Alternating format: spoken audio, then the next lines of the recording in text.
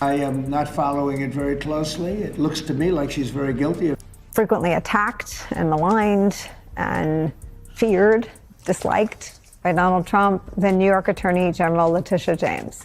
The New York AG brought a successful civil suit against Trump and his businesses, with the judge last year finding that Trump and his company knowingly committed fraud for years. Okay, so let me ask you something. When does the Justice Department, the actual lawyers who prosecute crimes, when do they tell the President of the United States to basically shove it? Like, when does that happen? Because that's exactly what just went down, and nobody's talking about how insane this really is. So here's what happened. Trump wanted Letitia James, the New York Attorney General, who's been absolutely destroying him in court for years. He wanted her prosecuted, not investigated, not looked into, prosecuted, like locked up. And he didn't just suggest it quietly behind closed doors. No. He went on social media, all caps, called her scum, demanded action now with like 17 exclamation points. This is the President of the United States we're talking about. And then, this is where it gets wild. The prosecutor said no, just flat out no. Career federal prosecutors looked at this whole thing and said there's nothing here, no case. No probable cause?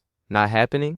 Can you believe this? These are people who could lose their jobs. Actually, some of them already did lose their jobs, and they still said no. Now, I know what you're thinking. You're thinking, okay, so what? Prosecutors turn down cases all the time, right? But here's the thing. This isn't just any case. This is the president personally demanding someone be charged. This is Trump allies feeding information to the Justice Department. This is months of pressure, threats, public humiliation, and these prosecutors still walked away. Let me give you the details real quick, because this gets even crazier. The whole thing started with some guy named Bill Pulte, Trump ally, big supporter, who claimed Letitia James lied about her mortgage, said she committed fraud on a property in Virginia.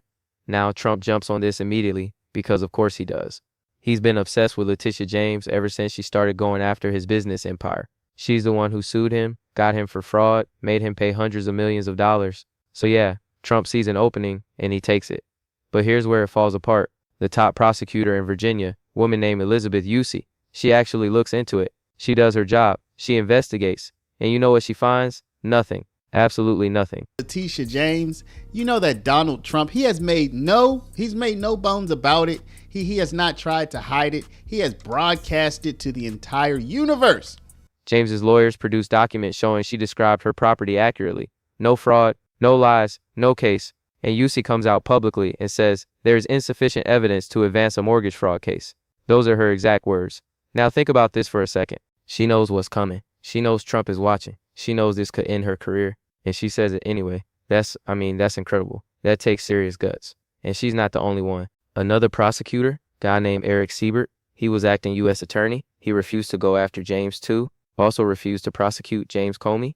The former FBI director Trump's been obsessed with for years. And what happened to him? He resigned, or let's be honest, he was forced out. Trump immediately installed loyalists in his place, people who would do what they're told. So now we've got this situation where career prosecutors are literally risking everything to push back against political pressure. And this isn't some conspiracy theory. This isn't speculation. This is documented. We've got the resignation. We've got the public statements. We've got Trump's social media posts demanding prosecution. It's all right there. And here's the kicker. This is exactly what people warned about.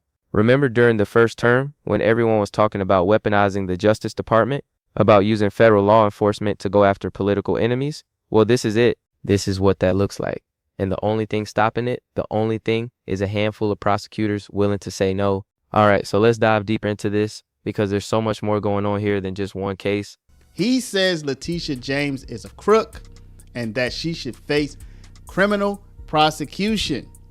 Now, we all know by now that Sam Antar, he published on X and on his website, White Collar Crime. This is about a pattern. This is about what Trump has been doing since day one of his second term. And honestly, it's kind of terrifying when you actually map it out. First off, let's talk about Letitia James for a second. Why her? Why is Trump so obsessed with this one attorney general? Well, it's pretty simple. She's the one who actually hurt him, like really hurt him. She went after the Trump organization, proved in court that Trump inflated his asset values to get better loans and insurance rates, basically fraud, and a judge ordered him to pay over $400 million. That's not a small fine. That's not a slap on the wrist. That's a massive financial hit. And Trump, he doesn't forget stuff like that. He doesn't move on. He obsesses. So the second he gets back into power, Letitia James is on his list. And when Bill Pulte comes forward with these mortgage fraud allegations, Trump sees his chance. Finally, a way to flip the script, make her the criminal instead of him. But here's what most people don't understand about how this actually went down. This wasn't just Trump tweeting angrily. This was a coordinated effort. Trump allies fed information to the Justice Department. There were official criminal referrals. The machinery of federal law enforcement was activated. Prosecutors in Virginia, federal prosecutors, were assigned to investigate. Resources were allocated. Time was spent. This was real. And that's what makes Elizabeth Yusi's decision so significant. She didn't just glance at the case and pass. She actually investigated. For months, she looked at the evidence, talked to witnesses, reviewed documents. She did the work. And then she came to the conclusion that there's no case here, no probable cause, no reasonable prosecutor would bring charges based on what they found. Now imagine being in her position for a second. You're a federal prosecutor, career prosecutor. You've built your reputation on doing things by the book, and now the president is publicly demanding you charge someone. He's calling them scum on social media. He's posting now with multiple exclamation points. Your bosses, political appointees, they're probably nudging you to find something, anything. The pressure is immense, and you say no anyway. You put your career on the line. You risk everything because the evidence isn't there, because that's not how the law is supposed to work. That's what integrity looks like, and it's incredibly rare in this environment. But let's talk about Eric Siebert for a minute, because his story is just as important. This guy was acting U.S. attorney. He refused to prosecute not just Letitia James, but also James Comey. And look, James Comey is another one of Trump's obsessions. The former FBI director who Trump fired, who testified against him, who wrote a book criticizing him. Trump has wanted Comey prosecuted for years. So when Siebert refused, what happened? He was out, gone, resigned under pressure in September. And immediately, Trump installed loyalists, people who would be more, let's say, cooperative, more willing to see things Trump's way. This is the pattern, you see. It's not just about one case. It's about systematically removing anyone who won't play ball and replacing them with people who will. And that should scare you, regardless of your politics. Because today it's Letitia James and James Comey. Tomorrow it could be anyone, any prosecutor who crosses Trump, any attorney general who investigates his allies, any law enforcement official who doesn't fall in line. And here's the thing, this isn't hypothetical. We know Trump has called for prosecutions of other people too. Adam Schiff, other Democrats who investigated him, critics, journalists, the list goes on. And every time someone in the Justice Department says no, every time someone refuses to weaponize federal law enforcement, they become a target. Now, let's get into the actual mortgage fraud allegations for a second, because they're pretty weak. Bill Pulte claimed that Letitia James lied about her property in Virginia, said she misrepresented details to get better mortgage terms. Classic fraud allegations, right? Except James's lawyers immediately produced documentation showing she described everything accurately. Property size, value, characteristics, all of it matched what she put on her paperwork. There was no misrepresentation, no lies, no fraud. It was, and I'm not exaggerating here, it was basically nothing. Like Mary McCord's was many years ago, overseeing criminal prosecutions for her U.S. Attorney's Office, she concluded that there's just not probable cause to bring the case of mortgage fraud or bank fraud or any kind of fraud against Letitia James based on the documentation and the evidence before her. A complete nothing burger. But that didn't stop Trump. He kept pushing, kept demanding prosecution. Because for him, it's not about whether there's actually a crime. It's about the accusation. It's about the headline. It's about making Letitia James look like a criminal so people forget about the $400 million he owes because of her lawsuit. And you know what? It almost worked. I mean, the fact that federal prosecutors even investigated this for months, that alone is a win for Trump, because now there's a cloud over Letitia James. Now there's a story about her being investigated for mortgage fraud.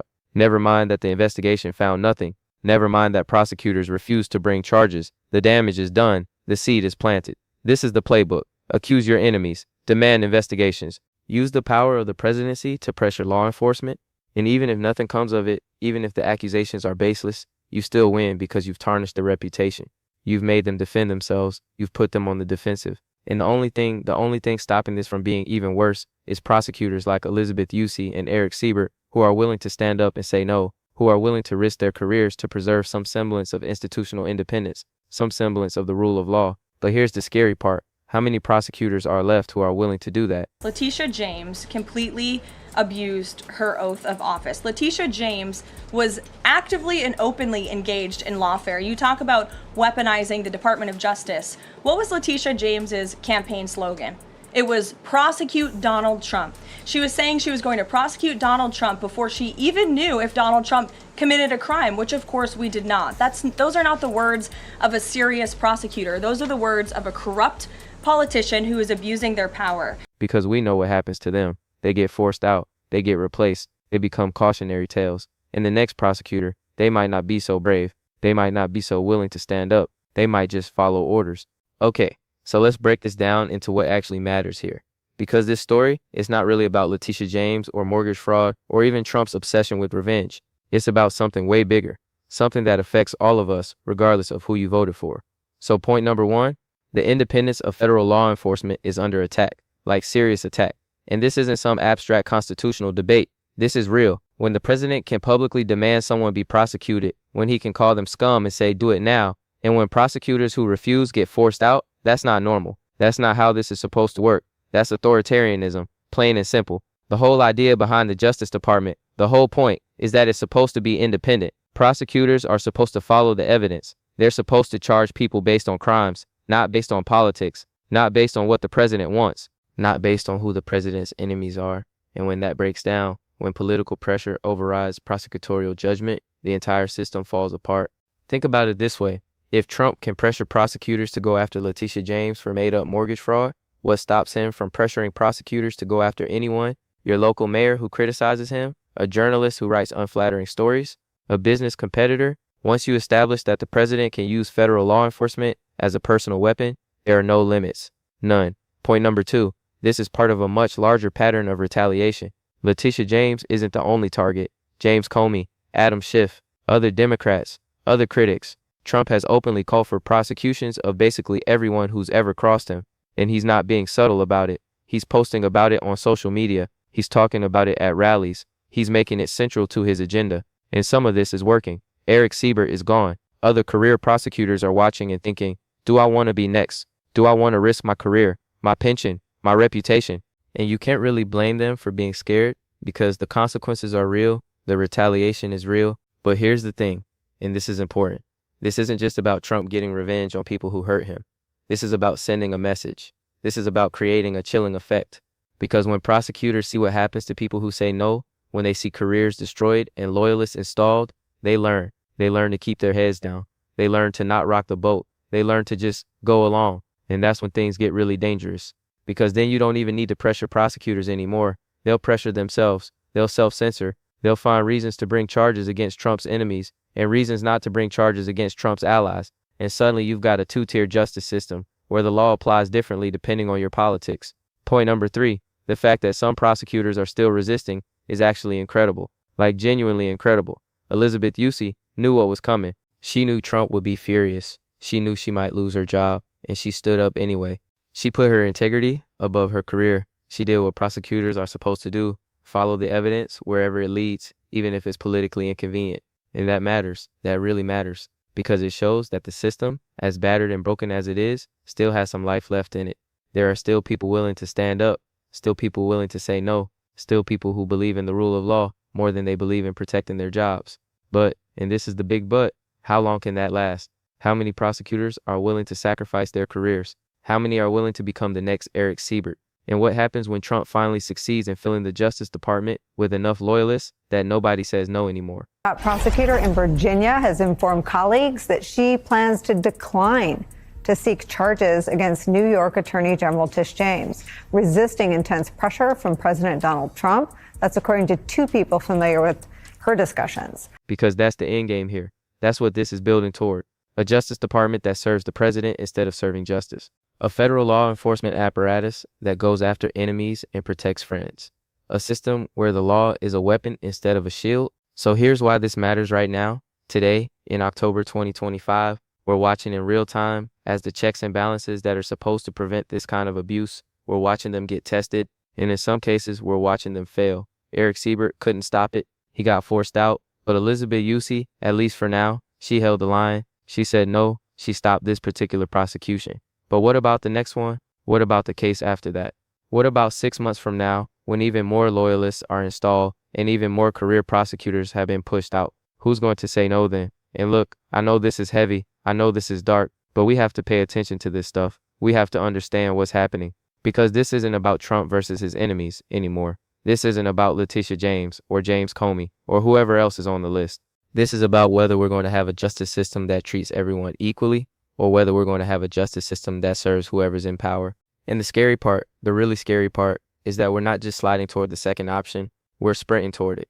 Every time a career prosecutor gets forced out, every time a loyalist gets installed, every time political pressure overrides legal judgment, we get closer and closer to a point where there's no going back. So yeah, Elizabeth Yusi stopped this prosecution. She stood up, she did the right thing, but she's one person, and there are hundreds of prosecutors across the country, and Trump has 4 more years to reshape the Justice Department in his image. 4 more years to install loyalists, 4 more years to go after enemies, and the question we should all be asking is, who's going to stop him? Because if the answer is nobody, if the answer is that there aren't enough Elizabeth Yusis left in the Justice Department, then we're in serious trouble. All right, that's it for today. But trust me, this story is far from over. Trump's not going to stop. He's going to keep pushing. He's going to keep demanding prosecutions. And we're going to keep watching to see who says yes and who says no, because that's going to tell us everything we need to know about where this country is headed